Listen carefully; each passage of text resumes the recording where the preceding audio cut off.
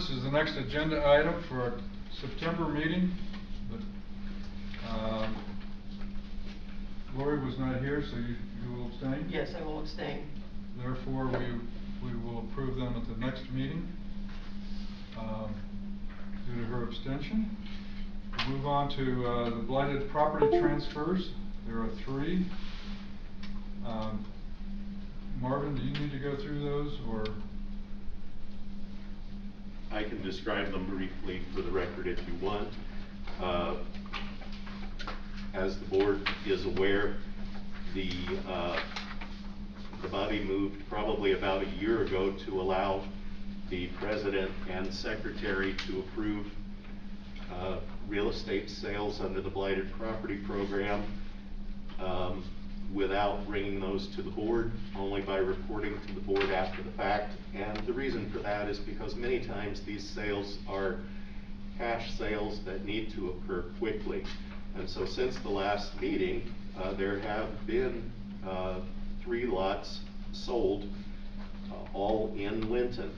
Lot 8 in Block 4 of Mary Humphreys Addition, that's on 7th Street, let's see, Mary Humphreys Addition, I think that's 7th Street Northwest. Lot 134 in Fairview, and Lot 56 in Fairview. Values of the properties are not terribly high. Obviously, the total acquired on those to go back into the blighted property program is a total of $3,500, but those were the highest and best values that could be negotiated for the sale of those properties. Okay. And so the board simply needs to ratify by roll call the report of the sale of the properties. Thank you, Marvin. We've been doing this now for some months, with these blighted properties. Normally it's neighbors that buy them, next door neighbors, so they can control it, clean it up. I would accept a motion to accept Marvin's report on the blighted properties. I'll make that motion. Lori makes a motion to accept the report on blighted properties. Do I hear a second? Chris, I'll second. Chris makes a second. Any further discussion? Hearing none. Lori, how do you vote? Aye, to accept it. Chris, how do you vote? Aye. Chris votes aye, and I shall vote aye. The motion passes. We'll move on to Scotland Meadows marketing discussion. I've not had any word from Sue Davis. Okay. I'll reach out to her again. I did call her last Thursday, but I've not heard anything. Okay. But in the meantime, general contractor reached out to me with interest in Scotland Meadows, and he emailed me yesterday, and he would like to go down and look at the properties. And he had a couple questions about the road, but you were in the so. Yeah.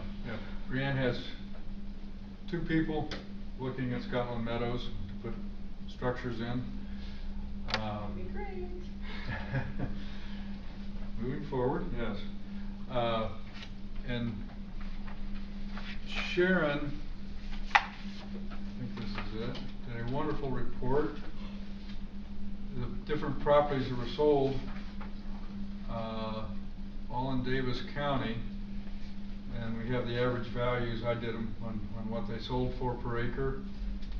They're all right there within a quarter of a mile or less of Scotland Meadows. And I thank you, Sharon, for that. Oh, good work. Huh? Said you're welcome. But I think it's wonderful we're seeing activity in Scotland Meadows. Mm-hmm. The next item on the agenda is the scoring matrix, but without 3 of the board members physically present, we'll do that at some other time. That's something where everybody needs to be present. We go through it, compare it with the basic one from Morgan County. I had some suggestions, but we have nothing in going on right now, tax abatement, so there's no need, there's no rush to look at this. So, the next item,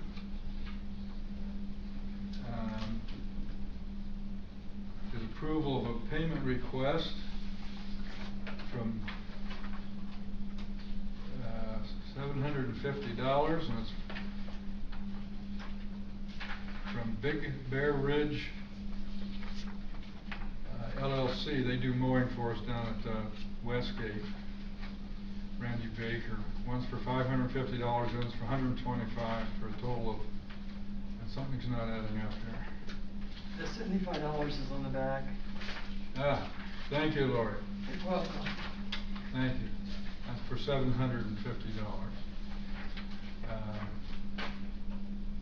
I'll entertain a motion to accept the claim and make the payment. I'll make that motion. Lori's made a motion to accept the $750 invoice from Big Bear Ridge. Do I hear a second? It's Chris, I'll second. Chris makes a second. Is there any further discussion? Hearing none. All in favor? Lori? Aye. Chris? Aye. Chris votes aye. I shall vote aye, so the motion to pay the claims passes. I will have that claim for your signature at the conclusion of the meeting. That's fine. Hey, Greene. You pass these out a little bit. Sure. Sorry, I can't breathe today. That's a problem. This weather. Well, I've been stuffy all week. Then I took the stairs, and I don't like cardio, so. Give these to the folks, please. This is what we're moving on to, is the Westgate report. We've actually moved pretty rapidly today. Did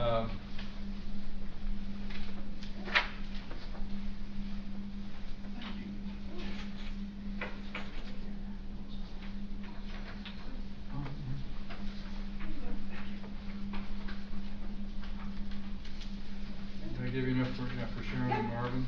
No, I've got one. Need another one? No, I've got one. I said I have one. Yeah, but Marvin. Oh, sure. Sorry. And then you can.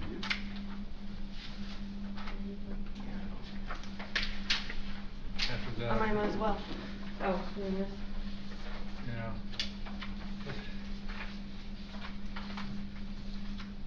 Give that to everybody else. I said you can give it to me. I know, but I've got them now. You know what I mean?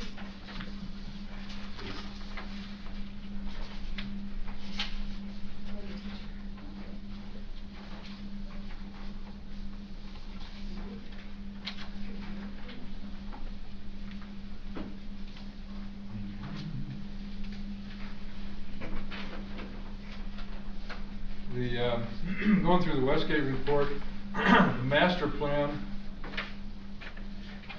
which cost $300,000 and was paid for by the Regional Opportunity Initiatives, ROI as we call it, has been completed and approved by the Westgate Authority. We're now seeking funding for implementation of the plan.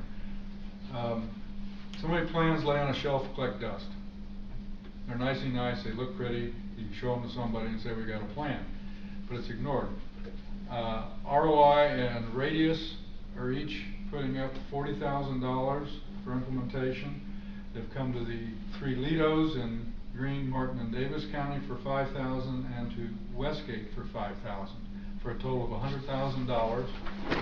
And the RFP, I believe, has already been put on the street by Tina Peterson, the president of the ROI. We identified a half a dozen or so contractors that specialize in this arena. And I believe Brienne, I know Westgate on Tuesday approved their $5,000 portion.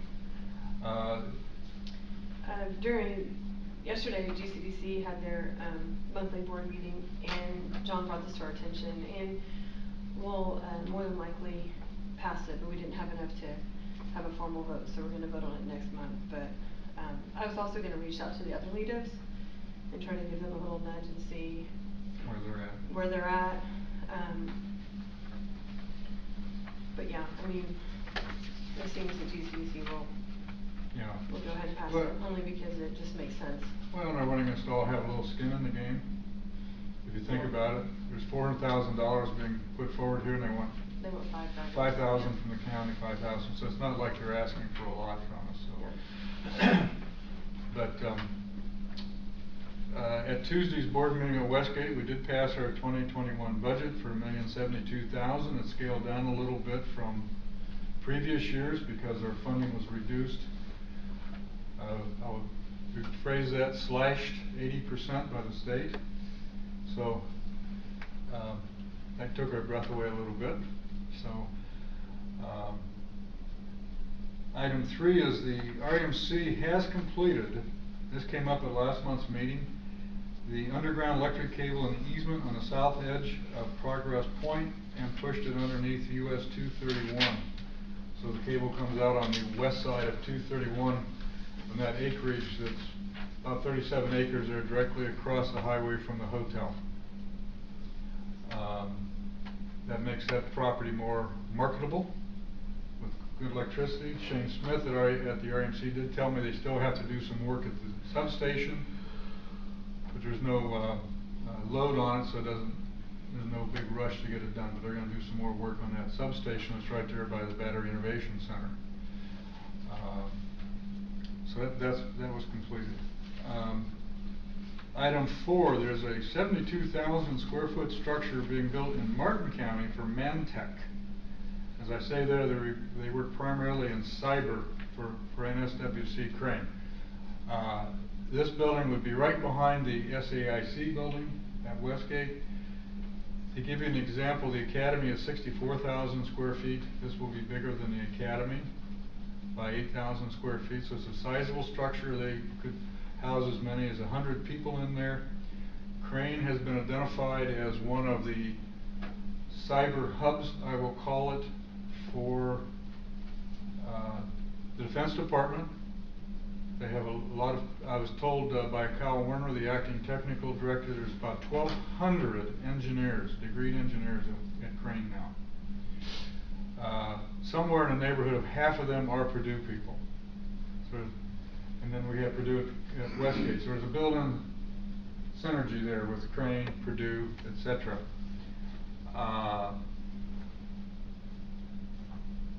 Item 5, Cliff Tooley, President of Defense Development at IEDC. He came to Westgate on the 23rd of September with Brian Langley, his Senior Vice President, and Brandy Hughes. She's the Regional Representative for Defense Development. Defense Development is the old IOD, Indiana Office of Defense Development. They changed the name a little bit when it went from the Lieutenant Governor's Office to under the Department of Commerce and put within IEDC. Cliff Tooley is a retired Major General in the Indiana National Guard, very capable fellow. And we had a very nice meeting. Dr. Jason Salstrom from Purdue was there, Dr. Kyle Werner, and Phil Smith, who's filling in for Kyle in the Office of Engagement right now for Crane. We met with these folks and expressed our concerns over the state funding, that we need our funding restored so we can provide better services, etc., in the Purdue contract down at Westgate. As that little paragraph says, in the short term we need funding. There's an unfinished 6,000 square feet within the Academy up on the second deck. We want to build it out to suit, and in November of 18, I'm going back that far, General Renuart, who was the president of ION 3, stood there in the unfinished area along with his chief of staff and Paul Macy from Purdue, and said, we will lease this space in January or February of 19. And here we sit a year and a half later waiting on them to lease it, and they've not. So we've kind of twiddled our thumbs and waited, and we're kind of tired of waiting. We're marketing the unfinished space. We'd like to build it to suit. In other words, we want to build it to be a wet lab, and somebody wants to come in there and put in something different. So we have to kind of work in concert there a little bit. That's the short-term funding issue. The long-term is that restore the increased funding from the state. the strategic position I'm taking is there's 23 tech parks in the state, and they all had their funding slashed. And the governor, and some of you may have seen this, has a goal to triple defense spending by 2025. Right now, this came out in the meeting with General Tooley. Indiana's getting 0.7%, 0.7 of 1%, let me phrase it properly, 0.7 of 1% of all DoD spending nationwide.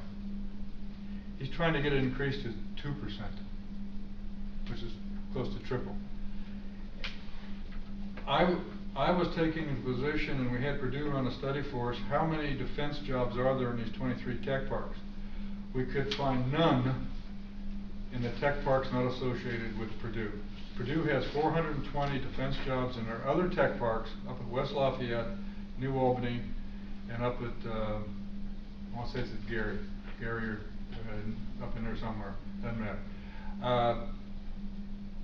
Of the 875 jobs at Westgate, 794 are aimed directly at Crane.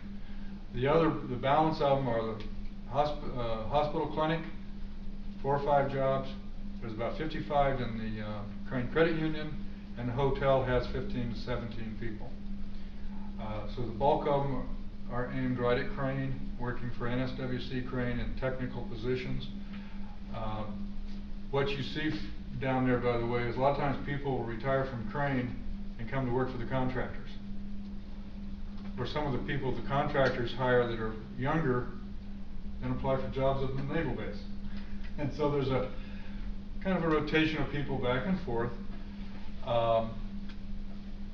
We need to get our funding restored, and then on the visit with General Tooley,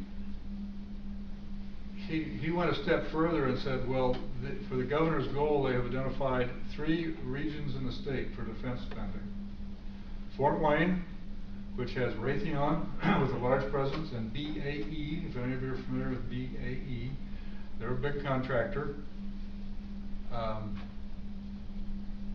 So Fort Wayne has a bigger presence than we might think. The other one is Indianapolis. The big player there is Rolls-Royce. It seems like every month Rolls-Royce is getting contracts for jet engines from the Air Force, from the Navy, the Marine Corps. A big player up there. And the third region is Crane. The third region is Crane, and we're there with Crane. I'm talking about Westgate, and therefore it impacts Greene County because of all the jobs. And I'll get to that in a minute. So our strategy of trying to go somewhat alone is in tune with what they're thinking without realizing it.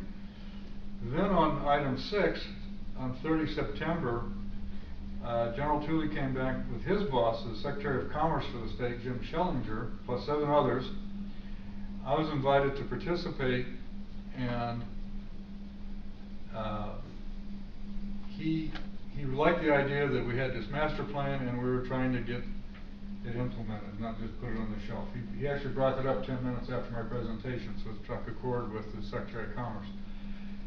And that's what we need to get his attention for funding. The 7th item is really pretty neat.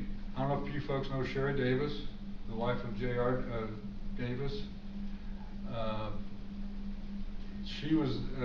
She's the minority owner of Paragon Force. They have an office here and some facilities in Bloomfield on the south side of town. You go down and turn left onto Furnace Road, go past the Shawnee Theater. Right there by the Shawnee Theater, you turn left and go up the hill. They have 2 buildings up there. They also have an operation at Westgate. And Sherry was named the Small Business Person of the Year for the state of Indiana. Pretty nice honor. They live out of Blue Barn Hill. You go down to the bottom hill, turn left, and they have a nice house on the right. That's where the Davises live. Yeah, they're born and raised in eastern Greene County. They're local folks. It's really a nice honor for Sherry. And I mentioned now, 1-page handout's attached. This is what was given to Secretary of Commerce and General Tooley. If you flip it over, we make a big deal out of the very top item. Return on the investment to Hoosier taxpayers since 2006 has been 7.8 to 1. For every dollar they've given us $7.8 have come back to Westgate. Our investment down there is somewhere in the neighborhood, this is the school superintendent at Bloomfield. Hi. Trent Lehman, Dr. Trent Lehman.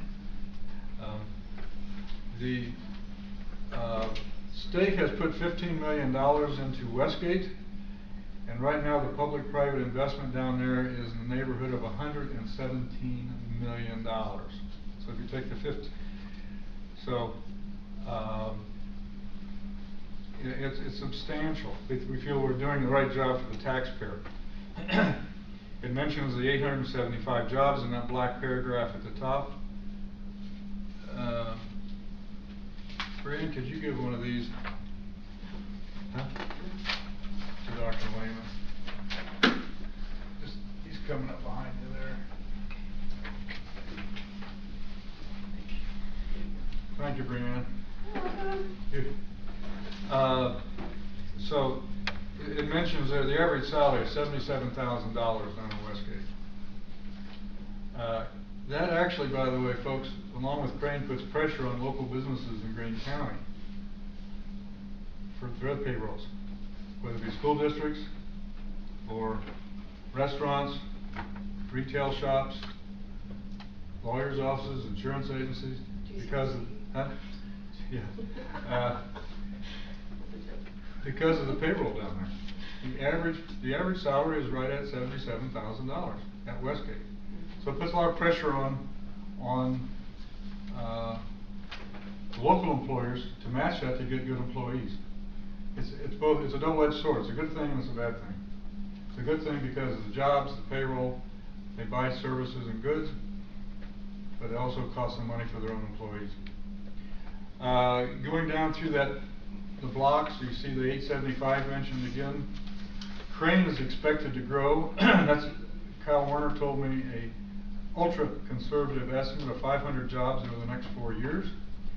We expect at least 200 contractor jobs at Westgate. I expect us to grow that 875 to 1,000 jobs at Westgate by the end of next year. A big portion will be that Mamtech building I talked about earlier. You see there the 18 structures, 372,000 square feet of workspace at Westgate. The Westgate Authority is going forward with a grant application to the Economic Development Administration in Chicago for a 40,000 square foot building to be located behind the Academy. There are negotiations with people to move in there already. The rental and lease income would support the revenue stream that Westgate requires. There's 80, I'll rush through this real quick now that we have everybody here and we're pushing to 10 o'clock. There's 54 tenants down at Westgate, 26 are Hoosier owned. They represent 294 of the employees, such as I mentioned Paragon Force and Sherry Davis.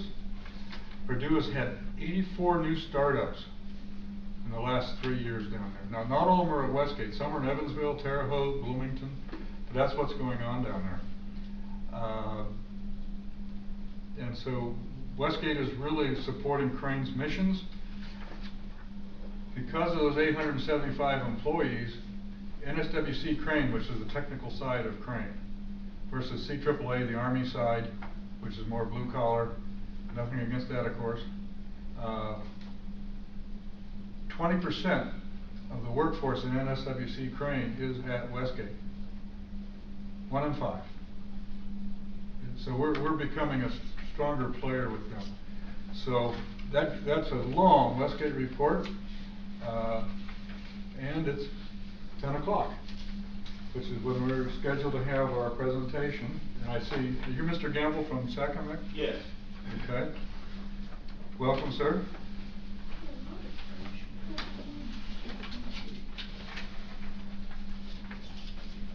At this point, I'll turn it over to Marvin. What do you think? Do we have to adjourn this meeting?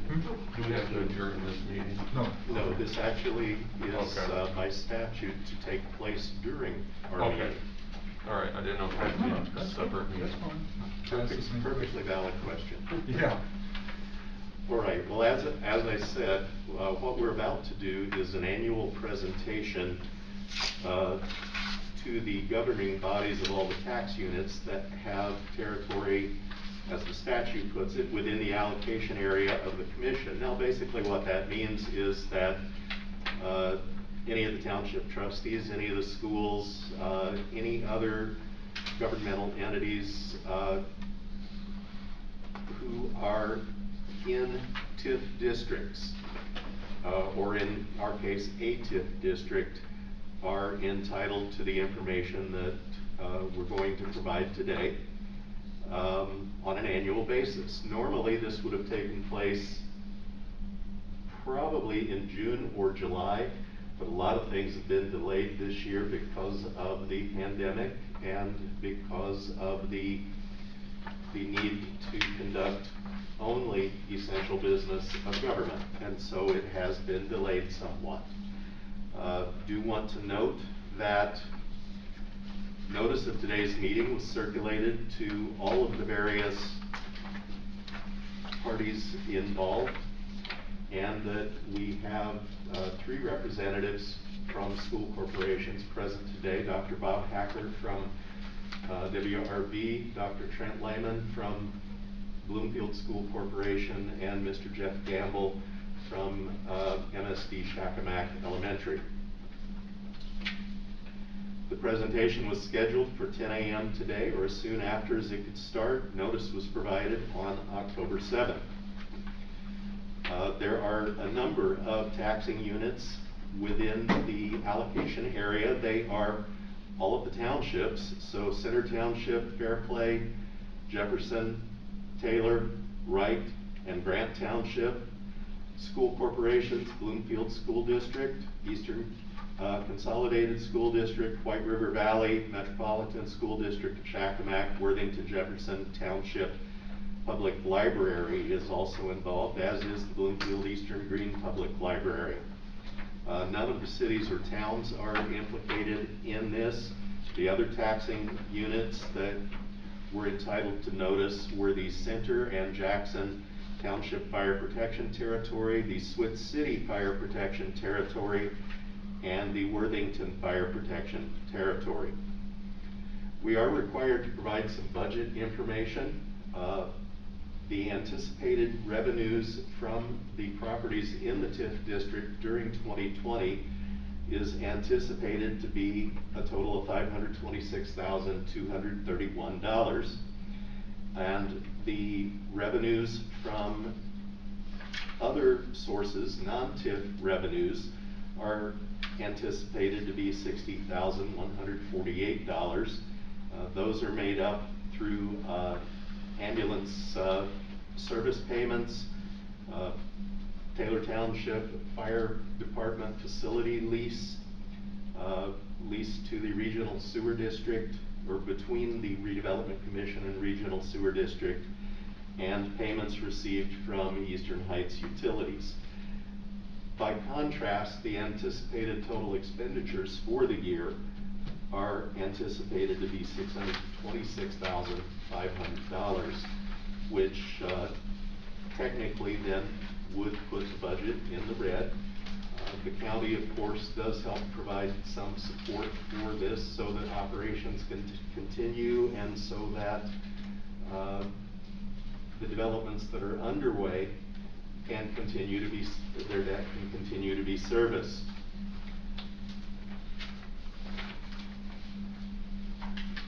These allocation areas expire 25 years after the date on which a debt is first incurred related to the allocation area. The newest edition was approved in 2019. No obligations, no debt has been incurred for that area. That was all over in Eastern Greene and was a limited number of properties. But no obligations have been incurred there. There currently are no projects planned. There's nothing new on the table at this point, and there are not future projects either being planned or under detailed consideration at this time. With regard to the potential tax impact on the taxing units, because there are no projects anticipated in 2020, there is nothing taking place in the year 2020 that would have a tax impact, be it positive or negative, on any of the taxing units involved. If there were a tax impact, it would be a positive tax impact from return of a portion of the tax increment based on the budget and the fact that revenues are exceeded by expenditures. It is not possible to release any of the increment in 2020. That increment would actually go back to the taxpayers anyway, to the individual taxpayers. It is a remittance of unneeded tax, but it's all needed. Because of that, in May, the president of the board notified the auditor, as required by statute, that the board required that the Redevelopment Commission required the entire increment for the year 2020 and was unable to commit to remitting any of the increment. That concludes the basic annual presentation to the taxing units. The board's financial consultant, Jim Higgins from London Witty, is also present and able to respond to questions if I am not able to respond to any questions there might be this morning. So you're not able to balance your budget with what you're getting, correct? That's correct. That's the bottom line. We don't have enough coming in increment. The only other option available to the Redevelopment Commission is to apply to the council for an additional levy sufficient to meet the obligations of council or of the commission. That is available under statute. Nothing compels the county council to approve that as a part of counting budgets, and this board has not sought to do that in the past. But short of having even more property in the allocation area, the only other ways that we can balance that budget, so to speak, is either to seek an additional levy, which would not be a popular thing with the council or with anyone else in the county, I'm pretty sure, or to figure out other sources of revenue, which to date we've been unable to do, such that those additional non-TIF revenues would lift the budget to the point of being able to be balanced without the separate support of the county general fund. So basically, we have to balance our budgets, and you don't have to balance yours. Is that correct? Jim, would you want to address that? Let me add to your answer first. Sure. Which I think addresses your first question, then I'll try to answer the second question. I don't mean to turn my back. No, Jim, you're fine. But I won't. So, the Redevelopment Commission's in kind of a tight budget for a couple of reasons. One, that I'll set aside for a second, is the Battery Innovation Center, which caused some issues. But two, in the growth of some things, the growth didn't happen as fast as it was expected. The hotel project. The commission undertook some projects like funding the regional sewer district down in the southern part of the county, which we anticipated growth. We anticipated at the time the crane, not the base but the town, coming on to that. And so those revenues kind of fell short. The lack of the hotel coming in on time where development just kind of froze for that whole 2008 piece that kind of caught up with us in the recession had an impact. And so the commission was right to slow its activity, but the anticipated revenues, not only from the TIF, but from the other sources that Marvin kind of outlined, fell short of what we needed, and we were able to borrow money from the council to get by. We've not undertaken any additional projects since then.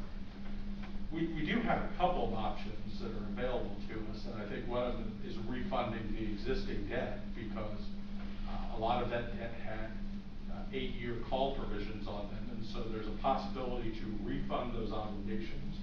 We think the refunding of the obligations will lessen the burden on the revenue stream and for allow the county not to have to contribute. So there are some things that are there, but basically the commission has stopped spending money. The fact of balancing the budget is, in a global sense, it's balanced, because the counties had to step in and balance it with other funds. Right? So the commission's meeting its obligations, its debt obligations, its other obligations that it's taken on, because either the commissioners or the council has put money in. What we've not done to date, because the debt of the Redevelopment Commission and the authority was backed with a property tax, and a property tax backed obligations, which, right, as you know, because some of the debt that you have says, hey, if we can't do this, right, if we can't make these payments, we will levy a property tax against everybody in Greene County.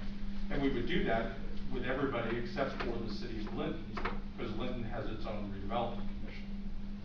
The council's taken great strides, and rightfully so, the commissioners, the redevelopment commission, the council, not to put that tax into place, because it goes right to what you were concerned about, which is if we increase the tax rate at the county level, then we impact circuit breakers. And if we raise the rate, circuit breakers go up, and that's less money for everybody else. And so it's been that way for a while. So can the redevelopment commission balance its budget? No, not at the present time within its own funding needs. But is the redevelopment commission's budget fundable? Yes, because of the cooperation of the commissioners and the council. But by and large, I know the commission has other projects it would like to undertake, but it hasn't, because there's a constraint on revenue. So I hope that kind of gives a little bit of context to your question. Jim, the schools tend not to like TIF districts, and I get it. Would a real quick explanation of TIF districts and how it impacts their revenue stream be helpful? I don't want to speak for the schools, but I'll ask this question because I think this is all of your concerns in varying levels, right? Because I've looked at the circuit breaker impact that it comes to the schools in general, and it ranges from roughly $20,000 or $30,000 in 2020 to Eastern Greene, which really isn't their circuit breaker impact is $400,000 that they're losing because of the caps. Yeah. Now, I think that the issue at Eastern Greene is they have a higher tax rate for the district, like above $2, like $2.60, give or take.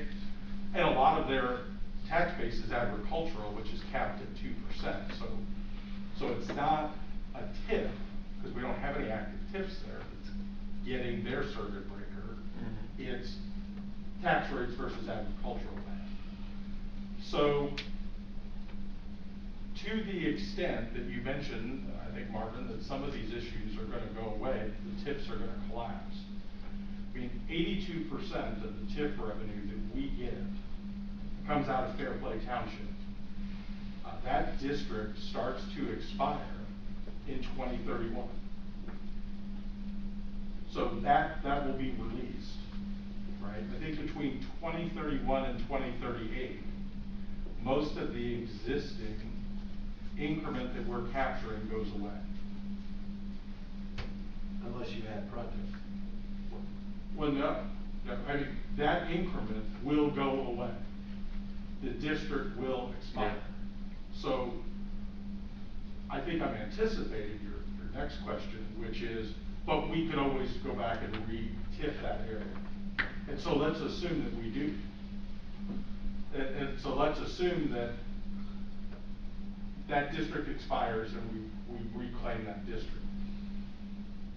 When we reclaim that district, the new base is set at whatever it is at that point, so the increment that we're capturing now that is released. If we put a new area over the top of it, it's only the new growth that would get captured, not the existing old growth. So again, 82%, and we had that discussion as well, that the redevelopment commission needs to be aware.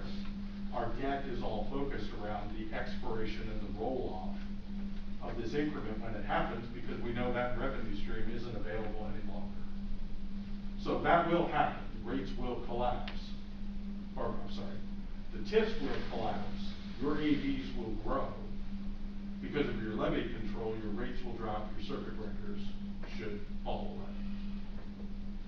And I believe in your district, if we collapse all of the increment today, your tax rate would drop about 6 cents per hundred. If it all went away today, right? If you just say, hey, this TIF didn't exist, there's not necessarily new money coming to you, right? Because of the levy control, but rates would drop 6 cents, which I think eliminates the vast majority, if not all, of your circuit breaker levy in today's dollars. So it's coming. I mean, that's there. And like I said, I don't think the commission's in a place, because there's no growth or proposed growth, to take on new projects where we're gonna levy increment. I don't think the commission will do it. I don't think the council would approve it, because any debt that the commission would do at this point in time, or wanna do, that the council would have to approve. And so you've got at least 2 bodies that would have to sign off on that. And the commissioners are actively involved in that as well. Shy of refunding the existing debt to lower the debt service to ease the stress on the project.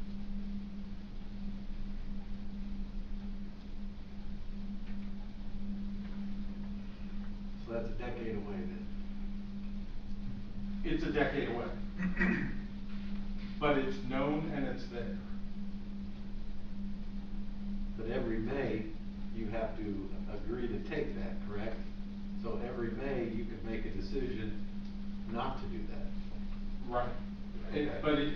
But if you, in the current situation, to say that you have, and that election comes because there's excess increment, and if you look at the obligations that the county's issued, right, and say, well, we don't have enough money to meet these expected obligations, and we release increment, then the choice is, we're gonna levy a property tax to make up the difference, because that's the obligation that the commission and the council took. So we could say, all right, we're gonna pass back this increment.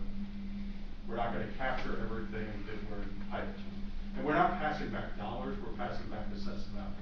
Right, which is what's important to us. Right, which would grow your base, lower your rate, and give you some relief from circuit breaker. In response, then, the commission would have to levy a property tax against everybody in the county, which would raise the rates, not your rate, but raise the rate, which would drive the circuit breaker, which would put you right back in the situation that you're trying to.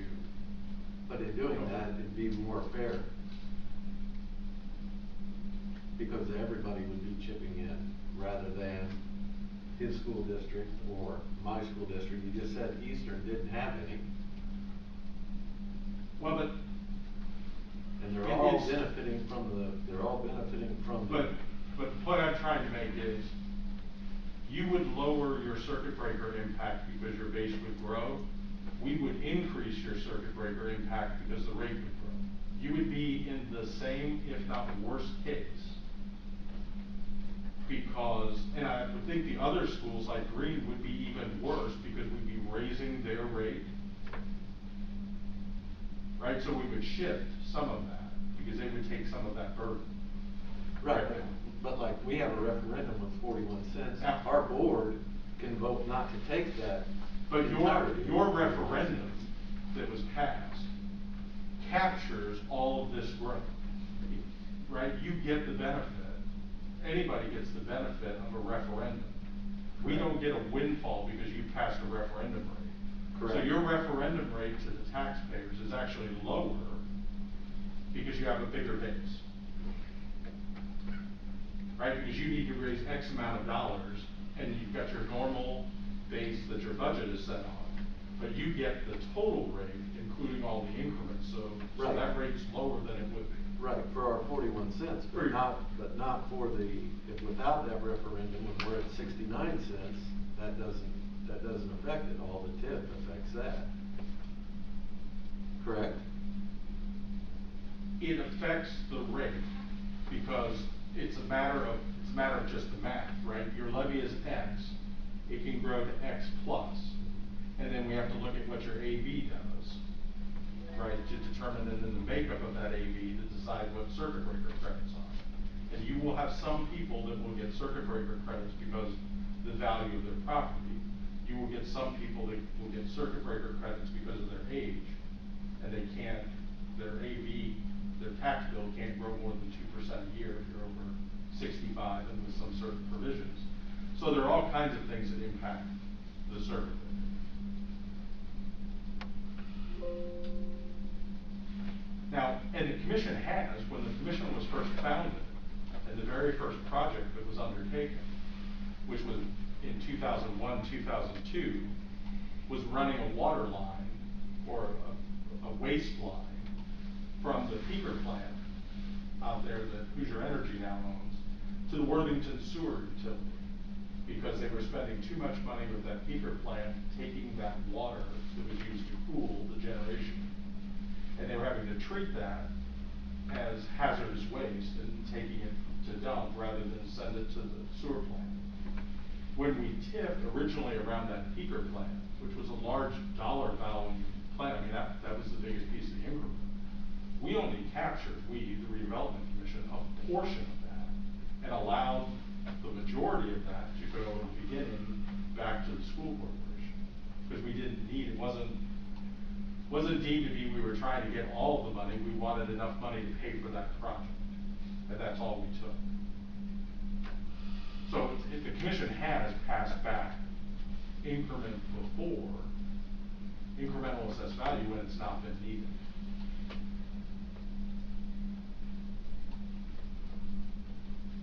Thank you.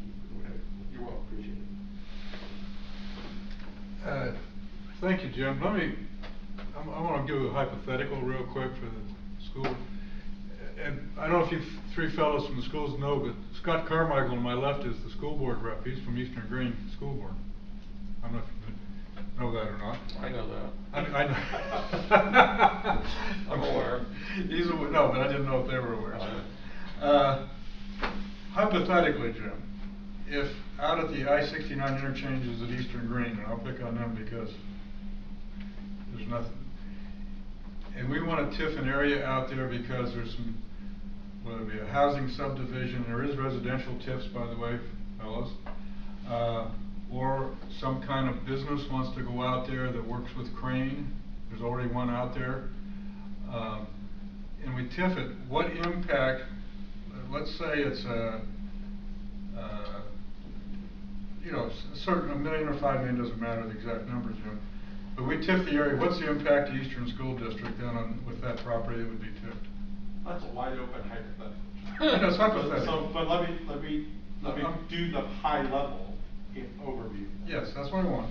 If that development happens, because 69 is there and somebody says they don't need an incentive, that development occurs and it's not captured. I think this is the easiest thing to deal with first.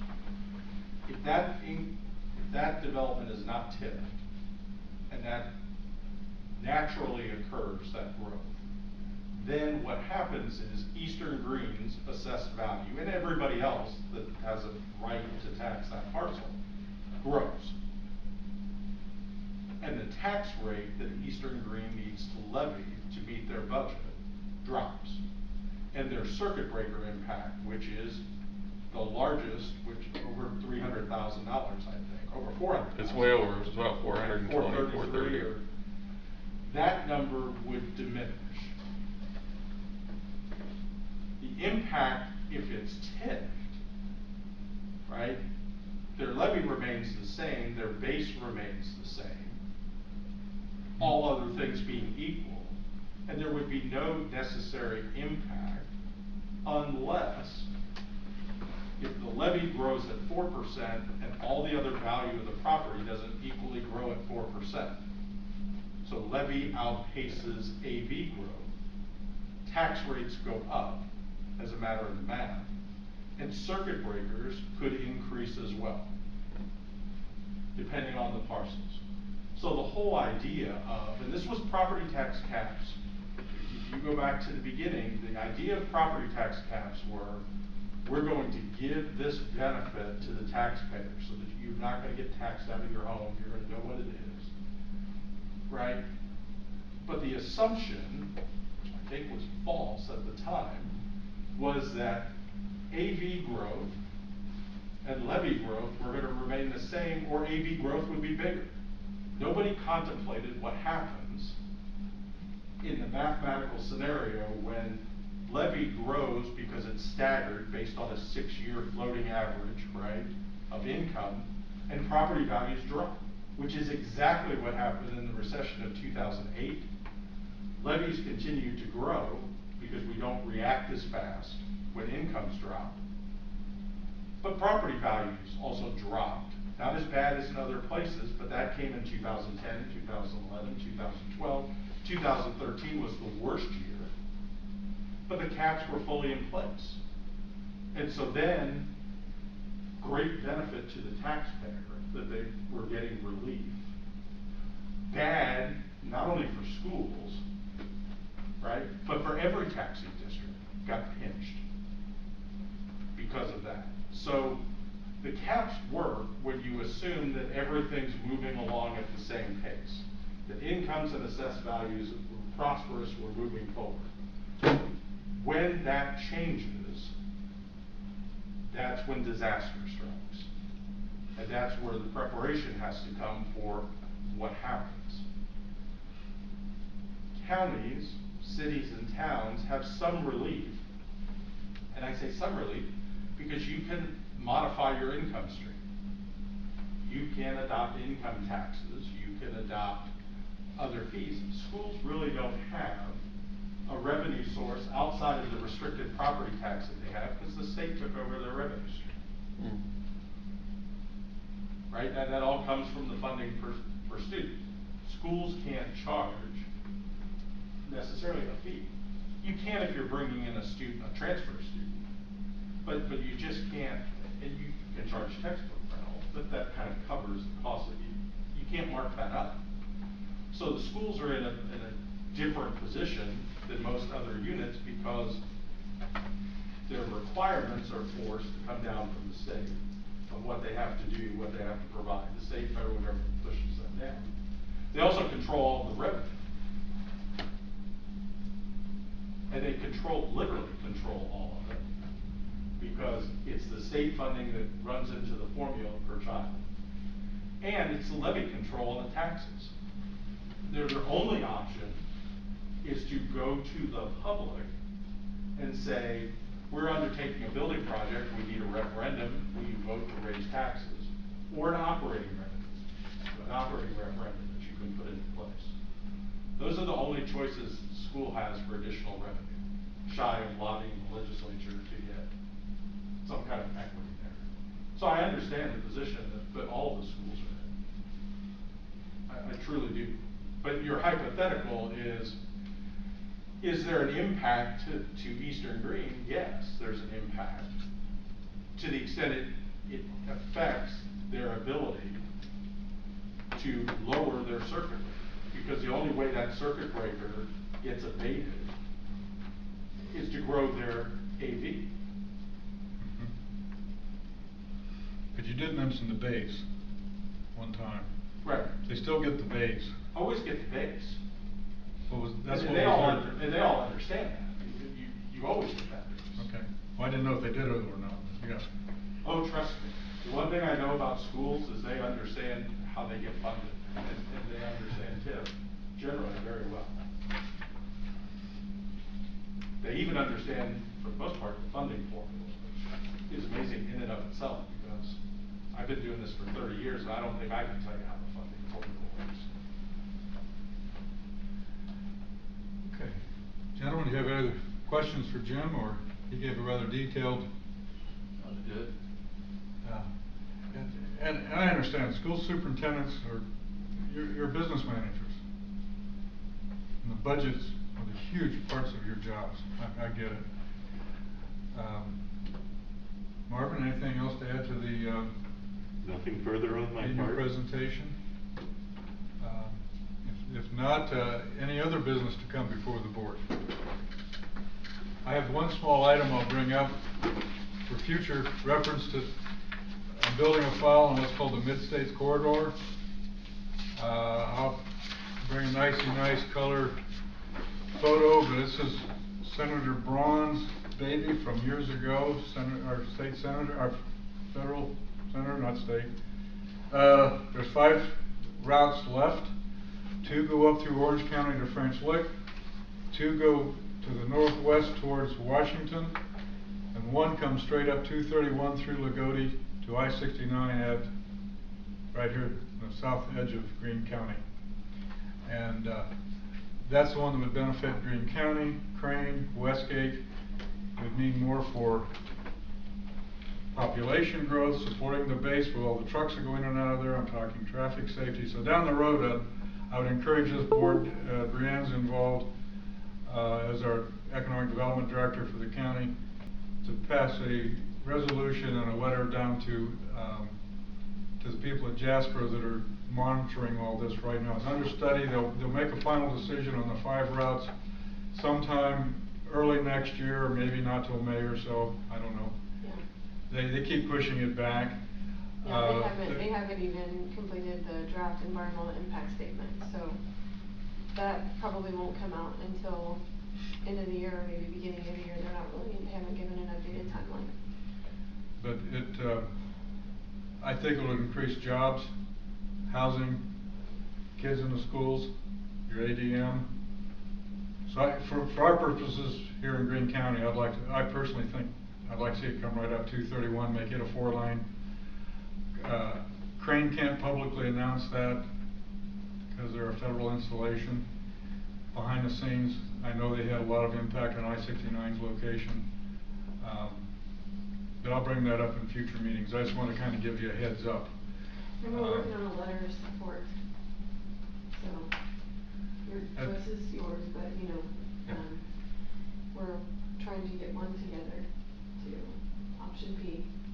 That's Yeah. the one we're going after. We'd be looking for letters from county commissioners, council, this board, municipalities, schools, because it's important to all of us.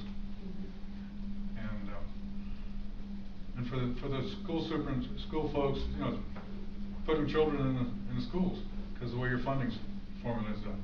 That's what it's all about. So I just wanted to bring that up as something that we're working on the side, starting to work on.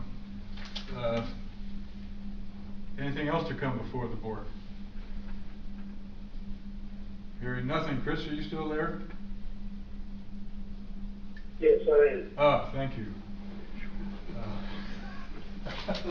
If nothing else to come before the board, I'd entertain a motion to adjourn. I'll make that motion.